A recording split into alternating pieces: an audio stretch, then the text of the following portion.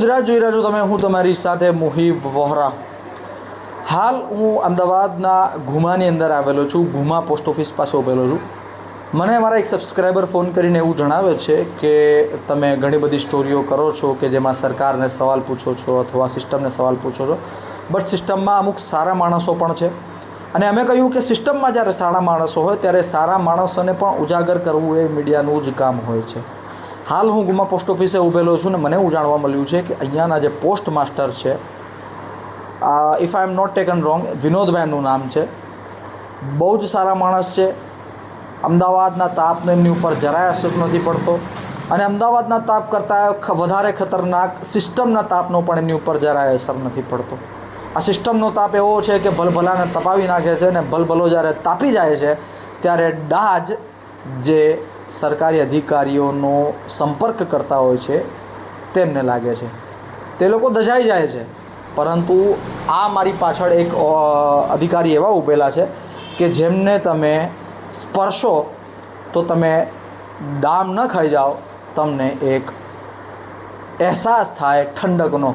કેમ આવું કરી રહ્યો છું? સૌથી પહેલાં તો જે તેમના રોજબરોના કસ્ટમરો છે, રોજમર્રાના જે તેમના લોકો છે, જે તેમની સાથે રોજ डील करता हो, સૌથી પહેલાં તો આપણે તેમની સાથે વાત કરીએ. मैम क्या नाम है आपका?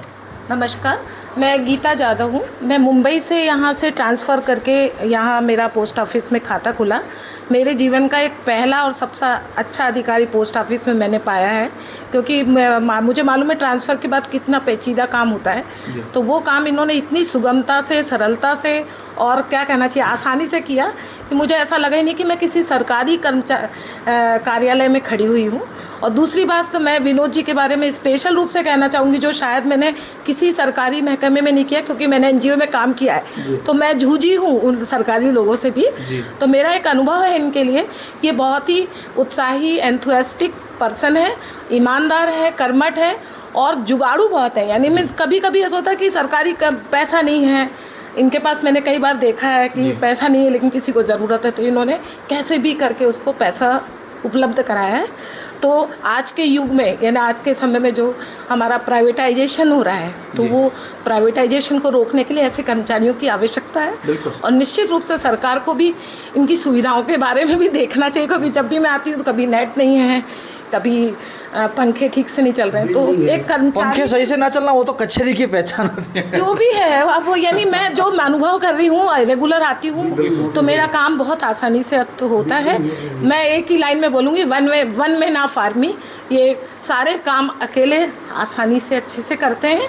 ऐसा क्यों मतलब कैसे कर पाते हैं? आपने ऑब्जर्वेशन क्या उनमें ऐसी खास बात है जो औरों में? खास बात काम करने की जुझारूपना, उत्सुकता है जो एक इंसानियत में इंसान भी है. क्योंकि एक बहुत अच्छा वाक़या है जो मैं आपको कहना चाहूँगी कि एक बहुत वयोवृद्ध व्यक्ति आते हैं जो यहाँ पे हर मंदिर में पैसा ड्रॉप करते हैं. तो मुझे नहीं लगता ऐसा कर्मचारी जो एकदम सरल स्वभाव का है, जो खुद के अपने एक्सपीरियंस से उनको पूरी मदद करते हैं और साथ में उनके लिए ऑटो भी बुलवाते हैं. अच्छा. तो ये शायद लीक से हटकर काम है कर्मचारी. बिल्कुल सही. तो ये मेरे लिए बड़ा टचिंग रहा है. वैसे तो अधिकारी ऑटो बुलवाते हैं, लेकिन वो सेंस में बुलवाते हैं कि घर चले जाओ, यहाँ आपका कोई नहीं, ये बुलवा के उन्हें आसानी से उनके घर तक बैठाने, घर का एड्रेस देके उस ऑटो वाले को बोलते हैं. घर तक पहुँचाना और घर पे छोड़ देना, ये बहुत शायद ही मुझे लगता है प्राइवेट भी नहीं करेगा अभी. तो मुझे लग रहा है प्राइवेट से ऊपर लीक से हटकर काम हो रहा है.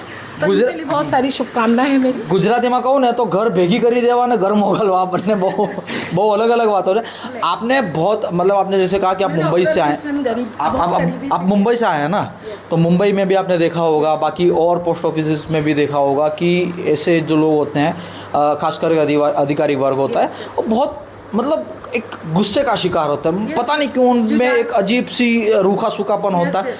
तो ये इनमें नहीं है, इसका भी कोई कारण होगा ना? ये कारण है कि ये बहुत संतुष्ट और एक ईमानदार व्यक्तित्व के धनी व्यक्ति हैं. अच्छा. और इनमें काम करने की बहुत इच्छा है. एक सामाजिक कार्यकर्ता भी है साथ में ये. अच्छा. क्योंकि मुझे लगता है कि ऐसा ही व्यक्ति काम कर सकता है जो एकदम सब तरफ से खुश होकर काम कर रहा है. वो है ना। तो ऐसी स्थितियों को से उबरने के लिए जो लोगों के लिए एक मन में है कि सरकारी कर्मचारी अच्छे नहीं होते, यहाँ मेरी ये धारणा ख़त्म हो गई है और मेरे सारे काम आसानी से हो जाते हैं और शायद ये ऐसी इनके लिए शुभकामनाएं हैं। और लाइफ में ऐसा होता है कभी कभी ज़्यादा औपचारिक रूप से भी काम करना वो मशीनीकरण लगता है, बिल्कुल है ना। तो अगर हम इंसान हैं तो हमें इंसानियत के साथ साथ मशीनीकरण को हटाते हुए अनौपचारिक रूप से कुछ काम करें तो बहुत अच्छे से प्रगति होती है। बिल्कुल बिल्कुल औपचारिक रूप से तो यही काम करता है। और दूसरे भी हमारे साथ कुछ कस्टमर हैं। તમારું શું નામ? અશોક વ્યાસ, અશોકભાઈ ક્યાંના? મૂળ હું દ્વારિકાનો. દ્વારિકાના છો. શું કહેશો 400 કિલોમીટર 500 કિલોમીટર દૂર અમદાવાદમાં આવા અધિકારીઓ મળે તો દિલને સંતોષ મળે, આવું જવું તો ગમે એમ ને? પોસ્ટ ઓફિસે કંઈ કામ પહેલાં તો ગુમામાં પોસ્ટ ઓફિસ નહોતી, હવે આ ગુમાની પોસ્ટ ઓફિસ થઈ છે અને આ વિનોદભાઈ જેવા વિનોદી માણસ, વિનોદભાઈ જેવા વિનોદી માણસ અને ઉત્સાહી sincere hard worker with loyalty, અને જ્યારે પણ આવીએ ત્યારે એને ગમે એટલું રસ હોય, લાઈન લાગી હોય કે એ દરમિયાન ફોન પણ કોઈનો આવ્યો હોય તો પણ તરત એને રિસ્પોન્સ આપશે અને આપણે પણ એવું હોય તો આપણને ધીરજથી પણ કહેશે કે તમે થોડી વાર લાગશે પણ તમે તમારું કામ થઈ જશે. હા, એવું એવું એવું કેવું ક્યાંથી હે ને? હા, એવું બહુ ઉત્સાહીથી કર્યું છે. અને આજનો જ એક એક્ઝામ્પલ આપું કે મેં અહીંની એક બેંકમાંથી આરટીજીએસ કરેલું એક બેનિફિશિયરીને, એમાં હવે એકાઉન્ટ નંબરમાં જ્યારે એક આંકડાનો પેલું થયું તો જુદી જગ્યાએ ક્રેડિટમાં વહી ગયું. તો આજે તરત એના માટે હું મળ્યો તો એમનું તાત્કાલિક એમણે ડિપાર્ટમેન્ટ જોડે હેન્ડલ કરી અને સ્ટોપ પેમેન્ટ કરાવી અને જે તે રિફંડ પાછું બેંકમાં જાય એ જાતની કાર્યવાહી પણ એમણે કરી. પણ આવું તો કોણ કરે? અમારે બાજુ તો કોઈ નથી કરતું. તમારી બાજુ ને અમારી બાજુમાં એ જ ફરક હોય છે કે પ્લસ અને માઇનસમાં આ જ ફરક હોય છે, સજ્જનમાં દુર્જનમાં એ જ ફરક હોય છે. 100%. એટલે પણ જે કહેવાની વસ્તુ એ છે કે ગુમાનું આ કસ્ટમરો પણ ઘણા છે. કામકાજ માટે એક માણસ છે ન પહોંચી વળે, ઓછામાં ઓછો 3 માણસનો સ્ટાફ જોઈએ. અને એ સિવાય જે બિલ્ડિંગ છે એ બહુ નાનું છે, બહુ નાનું બિલ્ડિંગ છે. બિલકુલ વાત સાચી છે. બતાવજો ભાઈ એકવાર તમે બિલ્ડિંગ પર બતાવજો. હા, બોલો બોલો. બિલ્ડિંગ છે બહુ નાનું છે એટલે આવું ન ચાલે. પંખાની ને બધી ફેસિલિટી જોઈએ, માણસોને પણ એ જાતની કસ્ટમરને પણ બેસવાની ફેસિલિટી ને બધું જોઈએ. બિલકુલ. બાકી જે કામગીરી થાય છે એનાથી અમે we are very much satisfied, very much satisfied with the work અને પર્ટિક્યુલરલી વિથ ધ વિનોદભાઈ. વિનોદભાઈથી લોકો સેટિસ્ફાઈડ છે અને જે વિનોદભાઈથી લોકો સેટિસ્ફાઈડ છે તો તમારી આતુરતાનો પણ અંત લાવીએ અને કોણ છે આવા અધિકારી એમની સાથે ડાયરેક્ટ મુલાકાત કરીએ. કેમ છો વિનોદભાઈ? બસ નમસ્કાર સર. પહેલાં તો વેલકમ, તમે અહીંયા આવ્યા અને કુદરતી લોકો જ મારો ઉત્સાહ પૂરો પાડે છે કે કોઈ કસ્ટમરે તમને કોલ કર્યો અને તમે આજે મને ઇન્ટરવ્યૂ લેવા માટે આવ્યા તો મને પણ એક ખુશી મળે છે કે ચલો મારું એક પોઝિટિવ વર્ક કરીને હું કામ કરી રહ્યો છું તો લોકોમાં એક સારી એવી ભાવના થાય છે. બાકી અત્યારે ગવર્મેન્ટ ઓફિસ પ્રત્યે લોકોની એવી ધારણાઓ છે કે ત્યાં આપણે સતત લાઇનમાં રહેવું પડે કે લોકો જવાબ પણ નથી આપતા કે કસ્ટમર. તો મારી એક જ ઈચ્છા રહે છે કે ભાઈ, અને મારી પોતાનું પણ એ લાગણી છે કે કસ્ટમર એ મારા માટે ભગવાન છે. અને દરેક અમારી ઓફિસ પોસ્ટ ઓફિસની અત્યારે પરિસ્થિતિ બદલાઈ રહી છે. અત્યારે ઇન્ટરનેટ યુગ આવી ગયો છે એટલે સારામાં સારી ફેસિલિટી મળે, લોકોને લાઇનમાં બહુ ઊભું ના રહેવું પડે, ત્વરિત કામ થાય. અત્યારે લોકો પાસે ટાઈમ હોતો નથી. સોરી, ટોયલેટની ફેસિલિટી પણ હોવી જોઈએ.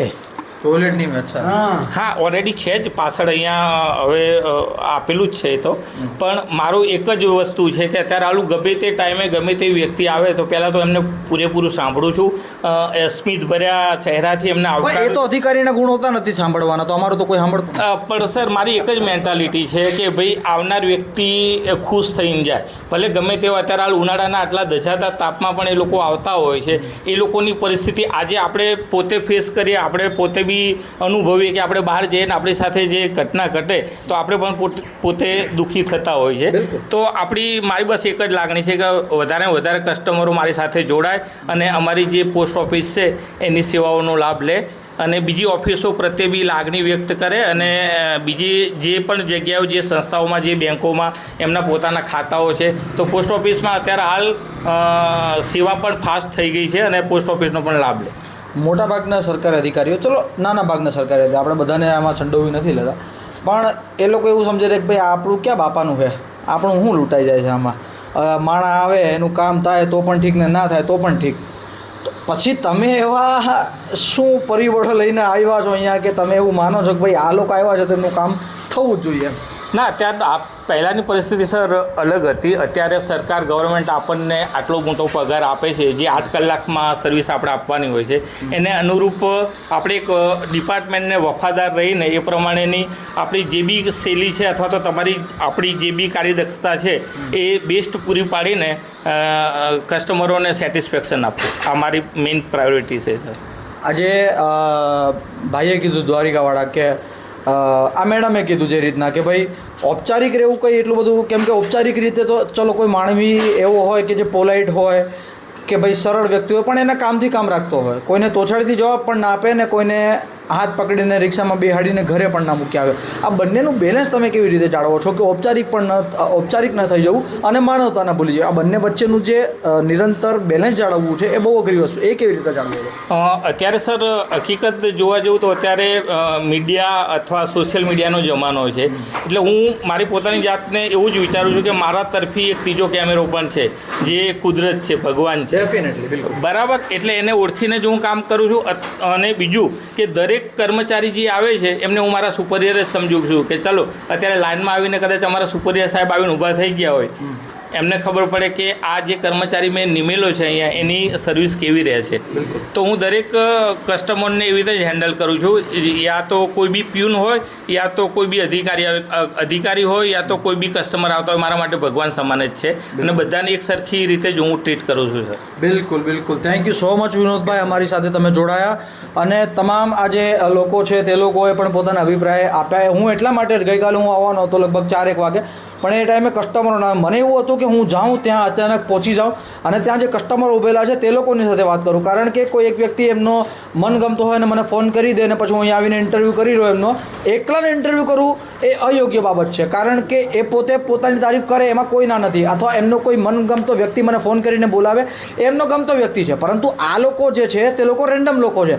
આ લોકોની પાસે આવીને મને પૂછવાનું હોય અને મીડિયા પર્સન તરીકે મારું એ કામ હતું અને મેં જે રીતના પૂછ્યું આ લોકોને, જે રીતના જે ઉત્સાહથી આ લોકો જવાબ આપ્યો છે, વિનોદભાઈ જેવા અધિકારીઓ પેદા થવા જોઈએ. અને જે અધિકારી મારો વિડીયો જોઈ રહ્યા છે, જો ખુદાના ખ્વાસ્તા તમે લોકો એવા વ્યક્તિ છો કે જે મેં પહેલાં વર્ણવ્યા કે ભાઈ ઉનાળાના તાપ કરતાં પણ ખતરનાક એમનો તાપ હોય છે કે એમને તમે અડો ને આપણે દાજી જઈએ, એટલે એવા જો કોઈ અધિકારી મારો વિડીયો જોતા હોય તો પ્લીઝ આમનાથી કંઈક શીખ લેજો અને તમે એવું કામ કરી બતાવજો કે જેથી મીડિયા તમારી નોંધ લે ને મીડિયા કરતાં પણ વધારે જે તમને કહ્યું કે જે ત્રીજો કુદરતનો કેમેરો છે, જે સૌથી સટીક અને શાર્પ કેમેરો છે, એ કેમેરો તમારી તસદીક લે તેવું કરજો, જેથી એક સારો એવો માહોલ રાજ્ય અને દેશમાં તૈયાર થઈ શકે. આ પ્રકારની પોઝિટિવ સ્ટોરીઓ તમારા સુધી પલે પલ અમે પહોંચાડતા રહીશું. અમે રાજ્ય સરકારને સવાલ પણ પૂછ્યો છે ને સરકારના સારા કામો ને સરકારના સારા અધિકારીઓને કેમેરા પર પણ લાવવાનું કામ કરીએ છીએ. આ પ્રકારના અહેવાલો સમાચારોથી તમને અવગત કરાવતો રહીશ. મને ને મારા સાથી ઓમ બારોટને રજા આપશો. આભાર.